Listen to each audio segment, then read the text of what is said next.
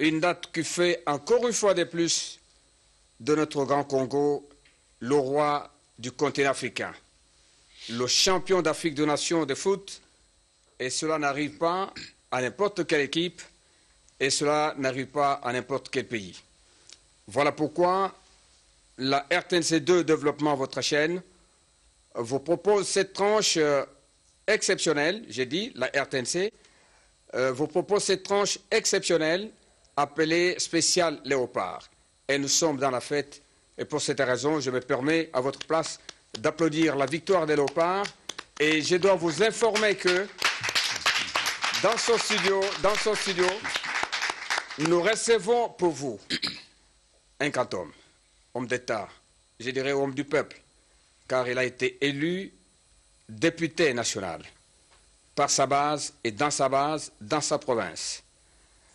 Il est membre du gouvernement, il est le ministre de la Communication et Médias, il est le porte-parole de notre gouvernement, je dirais aussi, parce que je ne peux pas oublier son métier, il est distingué, il est notre distingué confrère et grand frère, et voilà pourquoi il s'agit ici ce soir, ou à l'instant, ça dépend de l'heure à laquelle vous nous recevez chez vous, il s'agit de Lambert Mende Omalanga.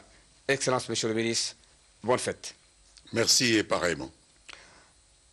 D'emblée, Excellence, RD Congo, Mali, la finale du 4e CHAN. Première question, est-ce que vous avez regardé le match à la télé? Oui, j'ai regardé le match à la télé avec ma famille, non sans quelque appréhension, parce que comme nous l'avions dit dans cet éditorial qui reflétait le point de vue du gouvernement, avant le match, un match, ça se termine soit par une victoire, soit par une défaite. Alors on avait un peu d'appréhension, est-ce que les amis maliens vont nous surprendre, leur donner la digne récompense qu'ils méritent au travers d'une décoration qu'il va lui-même leur coller. Et donc ça s'est manifesté déjà au travers de la pression qu'il a mise personnellement sur le gouvernement. J'en sais quelque chose. Pour que tout soit mis en œuvre, pour que les Léopards ne manquent de rien, pour que cette victoire soit possible. Et quand le président met la pression sur une institution, croyez-moi, c'est lourd, c'est pressant, c'est même parfois oppressant. Et vous devez absolument le faire, et cela a été fait. Donc le président était un homme heureux. Très chers téléspectateurs, encore une fois, je rappelle pour vous que nous recevons pour la toute première fois sur ce plateau des sports Lambert Mende Omalanga, notre distingué confrère et grand frère, ministre de la Communication et Médias, porte-parole du gouvernement. Excellence, c'est pour la toute première fois. Je crois que vous n'allez pas me contredire.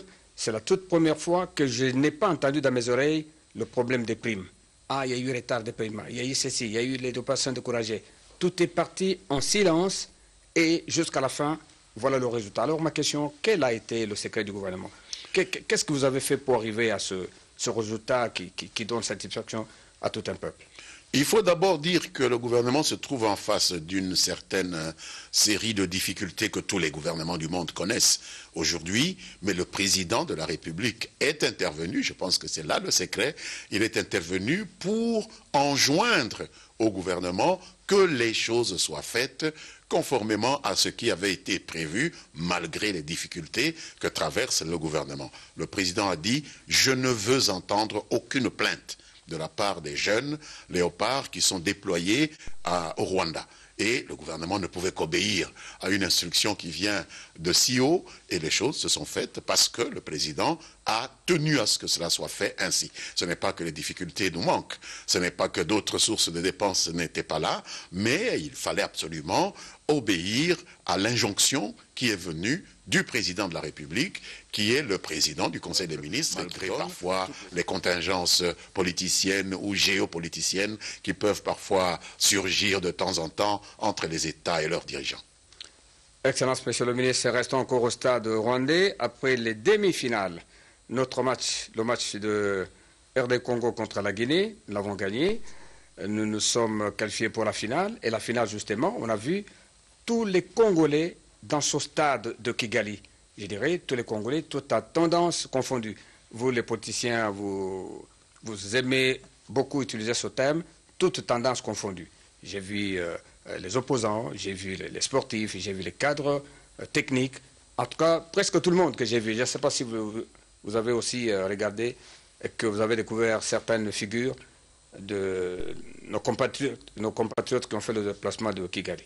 C'est une très bonne chose, effectivement, que ce soit retrouvé dans ce stade à Maoro aussi bien de très hauts représentants du gouvernement qui donc viennent de la majorité, mais aussi des membres de l'opposition qui sont allés, et de la société civile, qui sont allés dire aux léopards des encouragements dont ils avaient besoin parce qu'il s'agissait de la nation congolaise dans toutes ses composantes. Ici, il ne s'agissait pas de savoir que c'est la coupe pour la majorité, pour l'opposition, pour la société civile, c'est la coupe de tous les 70 millions de Congolais. Et il faut donc saluer cette présence de tout le monde à ce stade, à Maoro, pour dire « Allez les léopards » à ceux qui portaient nos couleurs. C'est quelque chose de très bien. Excellence, nous sommes maintenant à la journée d'hier. Les léopards terminent le match, ils sont sacrés champions d'Afrique des Nations de football. Toutes les rues de Kinshasa, les avenues, les boulevards, inondés par le monde, noirs de monde, enfants, parents, en tout cas tout le monde. Et nous n'avons enregistré qu'une seule perte accidentelle en vies humaines du côté de Lemba, où un chauffard a écrasé un jeune homme qui manifestait sa joie et s'est même enfui. Mais la police est à ses trousses, parce que je pense qu'on a relevé les numéros de plaque de sa voiture. Il est bon qu'il puisse se livrer lui-même pour éviter d'être taxé d'avoir causé un délit de fuite.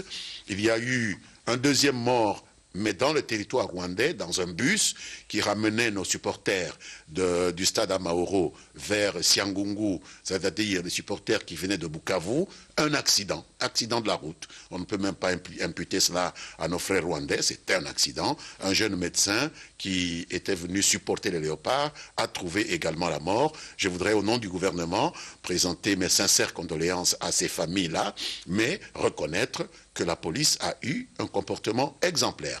Quant à l'attitude de l'agence France-Presse, elle m'étonne.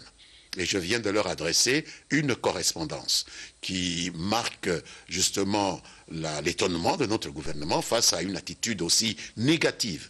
Nous avions eu dans toute la ville de Kinshasa une ferveur qui est montée vers les léopards, une ferveur qui est montée vers l'entraîneur Ibenge, qui a mérité tous les encouragements de la nation, tout le staff technique, toute la FECOFA, le gouvernement, le président de la République. Et on a constaté qu'un petit groupe de casseurs au niveau de Lingwala s'est mis à casser des voitures de passants, s'est mis à casser des devantures de magasins pour piller de la bière et boire comme ça, sans payer. C'est quelque chose que nous ne pouvons pas accepter et la police a fait son travail de disperser ces petits groupes de casseurs. Lorsqu'ils ont reçu des jets de grenades lacrymogènes de la police qui devait les disperser comme il se doit, ils se sont mis d'abord à insulter les policiers, insulter la hiérarchie de la police, vous savez, le général Kanyama qui commande la police de la ville de Kinshasa, et insulter le président de la République qui est le chef du général Kanyama. Et curieusement, les journalistes de l'agence France-Presse n'ont entendu que cela, ce petit groupe de gens de la République démocratique du Congo, parce que cette victoire a été belle. Cette victoire nous a mis sur le sommet du sport roi en Afrique et nous en sommes très fiers. Et il faut que nos garçons sentent que nous sommes fiers d'eux et qu'ils puissent se dire « nous avons fait le bon travail, nous avons combattu le bon combat et le peuple nous le reconnaît et nos institutions nous le reconnaissent ». Excellence, Monsieur le ministre, je reviens à vous juste dire encore un petit mot à nos très chers téléspectateurs qui nous suivent en ce moment, que vous êtes encore avec nous, Lambert Mende Omalanga, ministre de la Communication et Médias. Excellence, Ibenge, que vous venez de citer tout à l'heure, a été l'objet, avant cette compétition, l'objet, je le dis, d'injures, d'insultes et même de critiques sévères. Mais c'est Ibenge qui a fait la fierté à la République démocratique du Congo, un compatriote pour la toute première fois, alors que notre pays a connu des différents entraîneurs expatriés comme Congolais. Qu'est-ce que vous pouvez adresser comme message à ce petit groupe qui a eu le temps tout simplement d'insulter ce coach, le décourager pour que la Coupe n'arrive pas à Kinshasa? Je voudrais dire d'abord que nous n'avons jamais douté, nous, au gouvernement, des capacités de Florent Ibenge à pouvoir mener notre team à la victoire. Nous l'avons déjà vu en d'autres occasions, sur d'autres scènes, ses capacités sont grandes. Et nous n'avons jamais douté des capacités des Congolais à pouvoir faire bien les choses.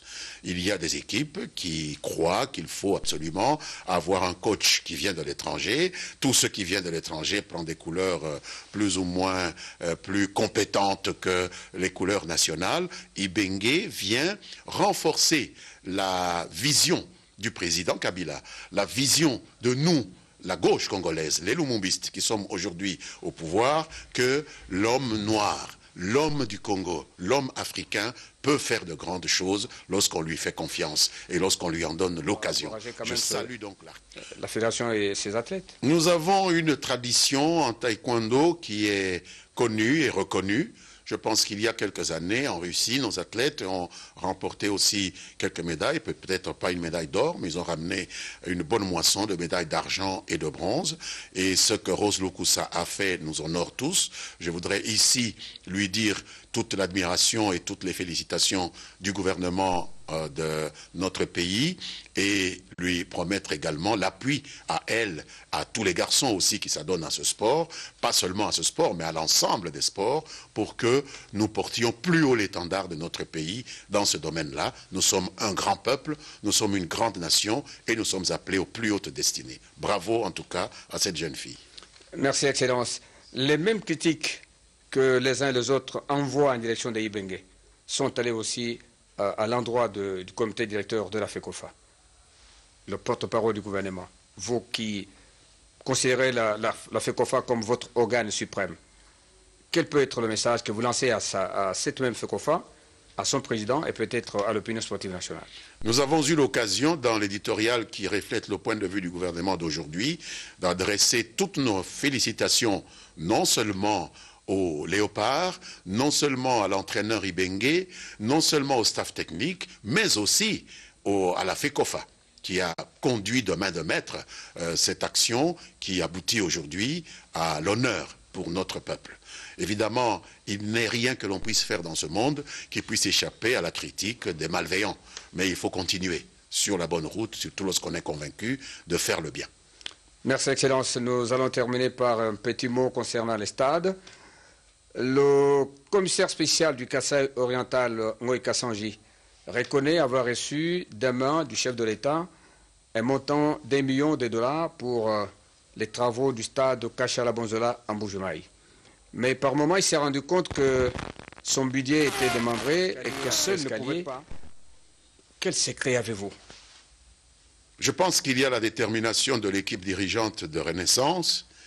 Il y a aussi la foi en eux-mêmes de ces jeunes gens qui veulent absolument inscrire leur nom en lettres d'or dans l'histoire des sports rois dans notre pays.